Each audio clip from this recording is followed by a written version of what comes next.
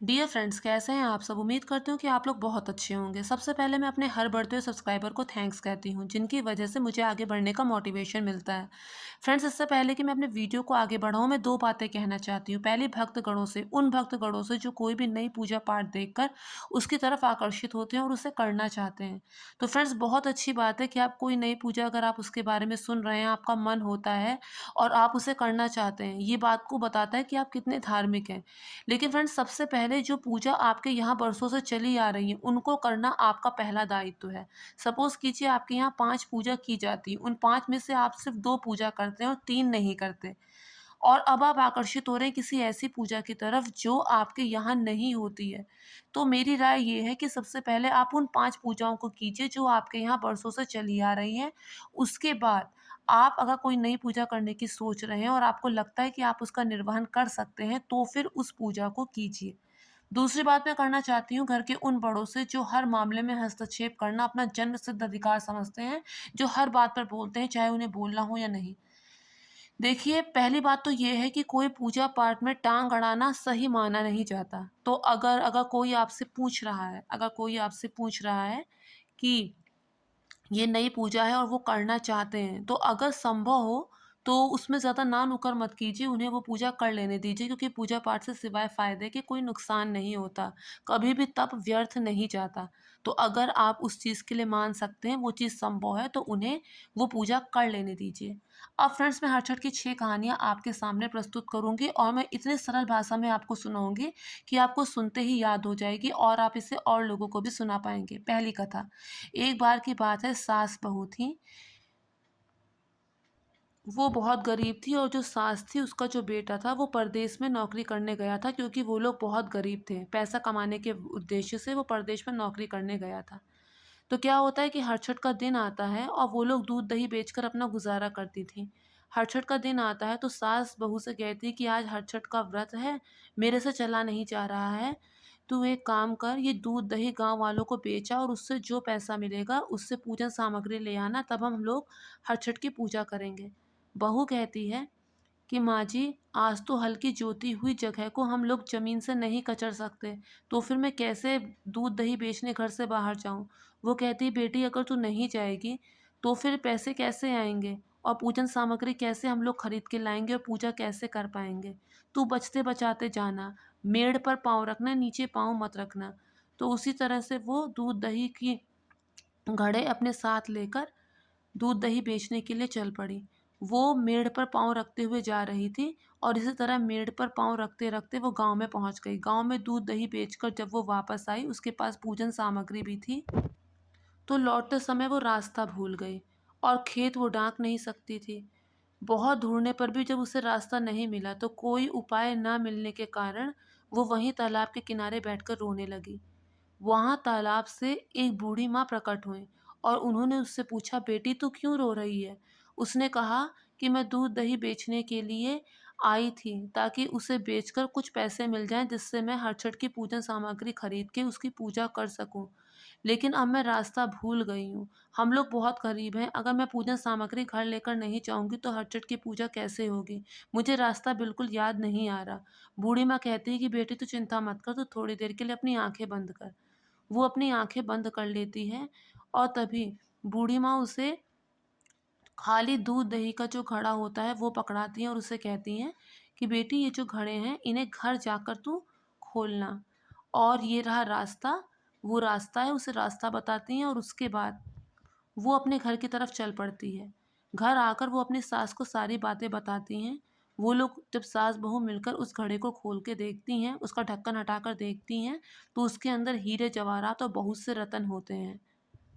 वो लोग जान जाते हैं कि बूढ़ी माँ कोई और नहीं बल्कि साक्षात हरछठ मैया थीं। वो लोग पूरे विधि-विधान से हरछठ मैया की पूजा करती हैं। बहू जो थी वो अपनी ही जेठानी के यहाँ पे नौकरी का काम करती थी, ताकि उनका कुछ आय का बंदोबस्त हो सके, उन्हें कुछ पैसे मिल सकें। लेकिन जब वो उस दिन काम पर नहीं आती तो जेठानी उसे ढूँढती हुई उसके घर आती कि आज तू काम पर क्यों नहीं आई? कल तू काम पर क्यों नहीं आई? तो वो कहती है कि हरछठ मैया की कृपा से हमें इतना मिला है कि अब मुझे किसी के यहाँ पे काम करने की ज़रूरत नहीं है। और वो उसे पूरी बात बताती है, क्योंकि वो निश्छल स्वभाव की होती है। जेठानी ठान लेती है कि जैसे इसे धन मिला है, मैं भी धन पाकर रहूँगी। वो बड़ी ही बेसब्री से अगली हरछट की राह देखती है कि अब अगली हरछट आएगी तो मैं भी वैसे ही करूँगी। अगली हरछट आती तो वो भी दूध-दही की मटकी लेके अपने घर से निकल पड़ती है। और उसके बाद गाँव में जब वो दूध-दही बेचकर आती है, तो उसके बाद उसी तालाब के किनारे बैठकर रोने लगती है। उस तालाब से बूढ़ी माँ प्रकट होती हैं, तो वो उनसे छल करती है। वो कहती है कि मैं बहुत गरीब हूँ, दूध-दही बेच के अपना गुज़ारा करती हूँ और अपने घर का रास्ता भूल गई हूँ। वही सब बातें जो देवरानी ने कही थी, वही वो सब कहती है। बूढ़ी माँ कहती, बेटी अपनी आँखें बंद कर। वो अपनी आँखें बंद करती हैं, तो वो उसे खाली मटकी पकड़ाती हैं और कहती हैं कि इन्हें घर जाकर खोलना। और उसके बाद उसको रास्ता दिखाती हैं। वो उसी रास्ते पे चल पड़ती है, बड़ी खुश होती है कि इसमें ज़रूर हीरे जवाहरात होंगे, लेकिन जब घर जाकर वो उन दोनों मटकियों के ढक्कन को हटाती है, तो उसमें से साँप, कीड़े-मकोड़े, बिच्छू ये सब निकल पड़ते हैं और वो चीख पड़ती है। उसके बाद वो देवरानी को जाके उससे बहुत बुरा-भला कहती है कि तूने मुझे ये क्या बताया? इस पर देवरानी उससे कहती है कि मेरे पास कुछ नहीं था। मैंने अपनी सच्चाई माँ को बताई, लेकिन तुमने तो उनके साथ छल किया। तुम्हारे पास तो सब कुछ है, लेकिन फिर भी तुम्हारा मन शांत नहीं हुआ। इस पर जेठानी को अपनी गलती का एहसास होता है। वो अपने हरछट मैया से अपने किए की माफ़ी माँगती है। तभी हरछट मैया अपनी लीला समेट लेती हैं और वहाँ से साँप, बिच्छू, कीड़े-मकोड़े सब गायब हो जाते हैं। जैसे हरछट मैया ने देवरानी पर अपनी कृपा दिखाई, उसे सुख-सौभाग्य दिया, वैसे ही सब पर अपनी कृपा दिखाएँ और सबको सुख-सौभाग्य दें। बोलो हरछट मैया की जय। हर्षद की दूसरी कथा। एक बार चंद्रवत नाम का एक राजा था। उसके एक पुत्र था। राजा धर्म के कार्य किया करता था। उसने राहगीरों के लिए एक तालाब भी बनवाया था। लेकिन उस तालाब को राजा ने जितनी बार भी भरवाने का यत्न किया, हर बार वो तालाब सूख जाता था। राहगीर वहां से गुजरते तो बहुत ही दुखी होते और राजा को बुरा भला बोलते थे। राजा ने कहा कि मेरा तो धर्म भी गया, धन भी गया, लेकिन फिर भी कुछ उपाय हो नहीं पाया। उसी रात को राजा को स्वप्न में वरुण देव ने दर्शन दिया और कहा कि यदि तुम अपने इकलौते पुत्र की बलि चढ़ाओगे, तो वो तालाब पानी से भर जाएगा। राजा ने दरबार में स्वप्न वाली बात बताई, लेकिन साथ ही ये भी कहा कि धर्म जाए तो जाए, धन जाए तो जाए, यश जाए तो जाए, लेकिन मैं अपने पुत्र की बलि कभी भी नहीं चढ़ाऊंगा।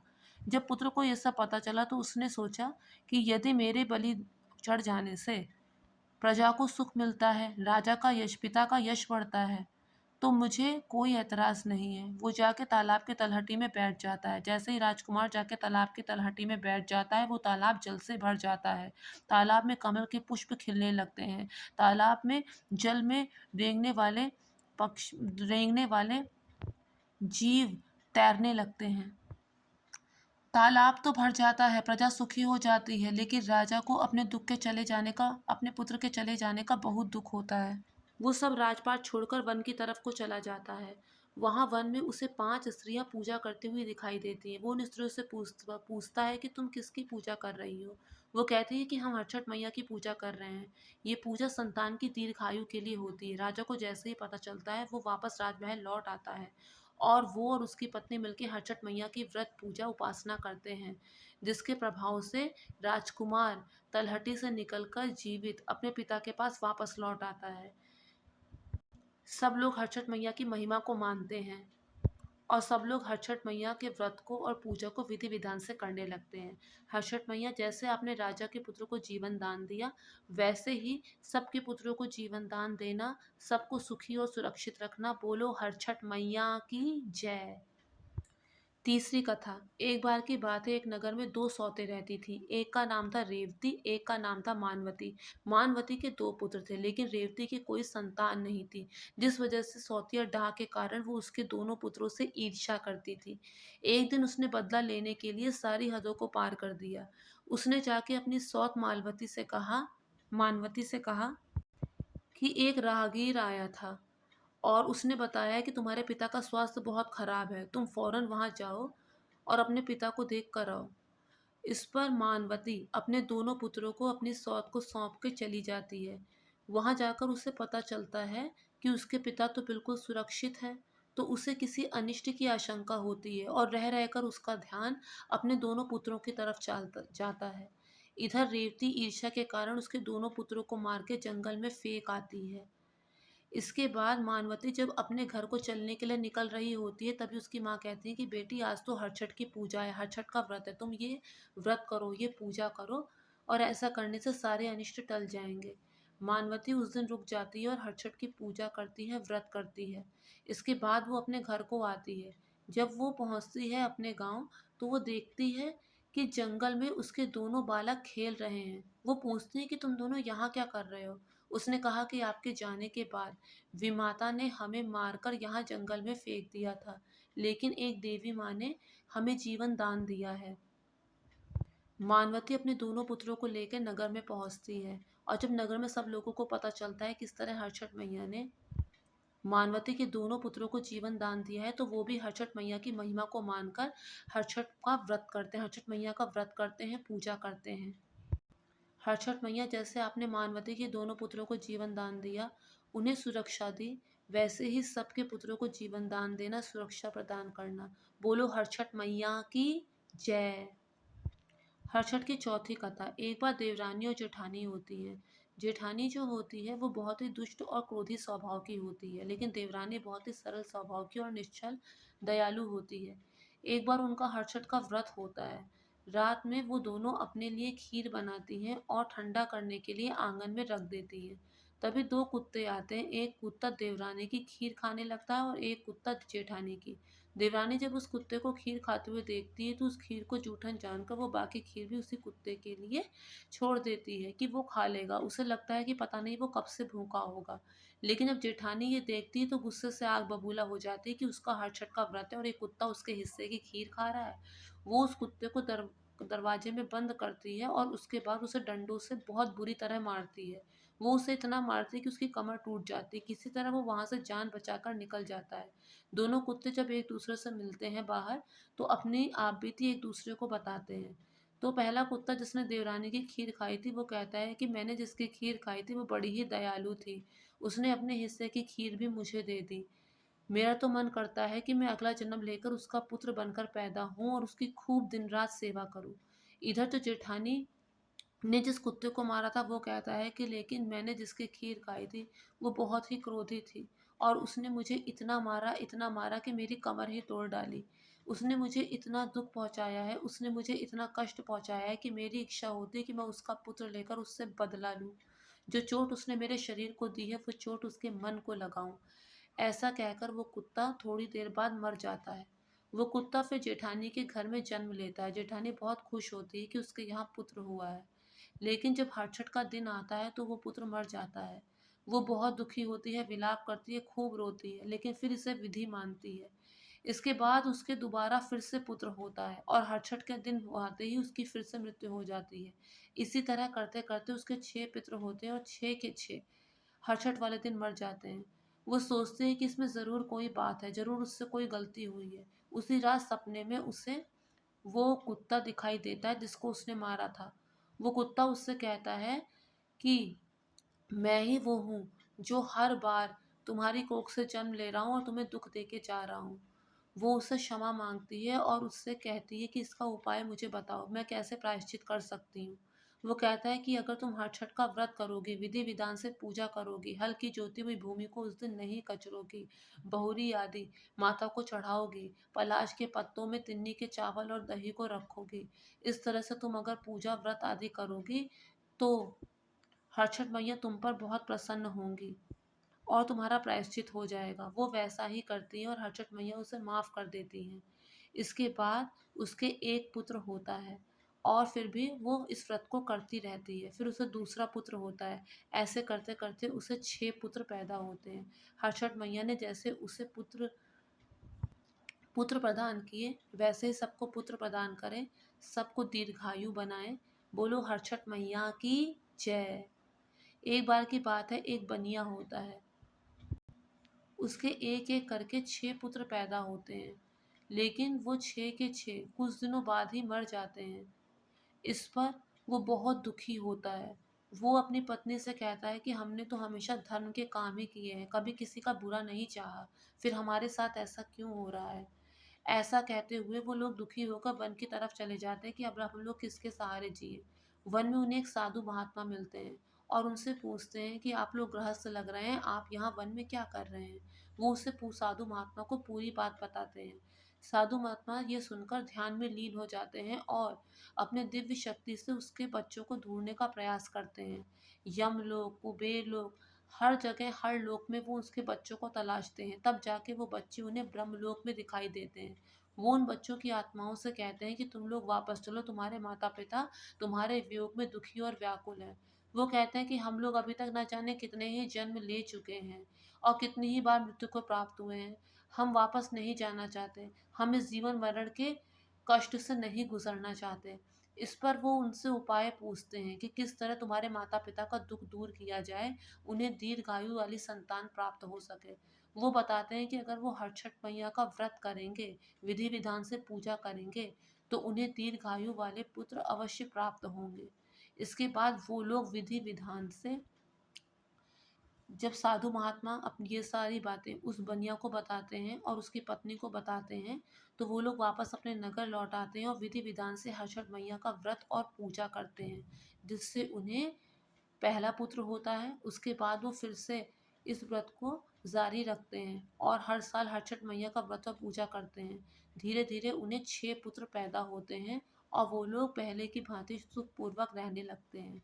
कहते हैं हर छठ मैया की इस कथा को जो सुनाता है, पढ़ता है, हर छठ मैया उसके सारे कष्टों को दूर करती हैं और उसकी संतान को दीर्घायु प्रदान करती हैं। बोलो हर छठ मैया की जय।